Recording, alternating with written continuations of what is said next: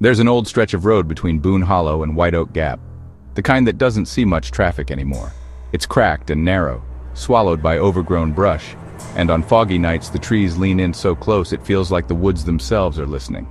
Most folks who still live around there will tell you about the black hound in a half whisper, same way they talk about a snake in the grass. Not because they don't believe in it, but because they do. I never put much stock in it until last October. It started with my cousin David calling me up late on a Thursday. He'd taken a job hauling lumber through the mountains, working late shifts so he could get an extra pay bump. The route he'd been running for the past week took him down that old Boone Hollow road. "You ever heard of a black dog out here?" he asked, voice tight. "Like a stray?" I said. "No, big thing, too big to be a dog. Shows up in the road, looks at you, won't move." I laughed at first, but David wasn't joking. "If you see it," he told me, "don't stop, don't look it in the eyes, just drive."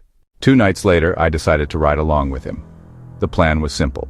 Keep him company on his run, grab a late breakfast in town, then head home. The night was moonless, and the fog was thick enough to drink. The truck's high beams lit up the road like a pale tunnel, tree limbs arching overhead like a cage. David barely spoke. I noticed his hands were locked tight around the steering wheel. Halfway through the hollow, the smell hit. Not skunk, not roadkill. It was wet fur and something metallic like rusted iron. Then it stepped out of the dark. It was in the center of the road, massive, its back easily coming up to the hood of the truck. Its fur was blacker than the night behind it, so black it seemed to drink the light from the headlights. Its eyes, Lord, those eyes, they glowed red, not reflecting light but burning with it like embers in a fire. David's breathing got shallow. "Don't look at it," he muttered, but I already had. I could feel it in my chest like a hand pressing down, making it hard to breathe. My ears started ringing, and for a second I swore I heard it growl, low and steady, though its mouth never opened. David downshifted, never slowing too much, and when we were maybe 6 feet from it, the hound stepped aside without taking its eyes off us. We passed, and I swear the temperature in the cab dropped 20 degrees. "You see its feet?" David asked once we were around the bend. I hadn't noticed, but he told me. No paw prints, no sound on the gravel, just the shape of a dog standing there, impossibly still, until the dreams started. For the next week, I woke every night around 3:15, heart pounding, with the image of those red eyes in my head. In the dreams, the hound was always closer. First, it was just on the road. Then it was at the end of my driveway. By the 6th night, it was standing in my bedroom doorway. On the 7th, I woke to the sound of claws clicking on my porch boards. When I checked the next morning, there weren't any tracks. Just 3 deep gouges in the wood, right outside my front door, as if something had dragged steel nails across it.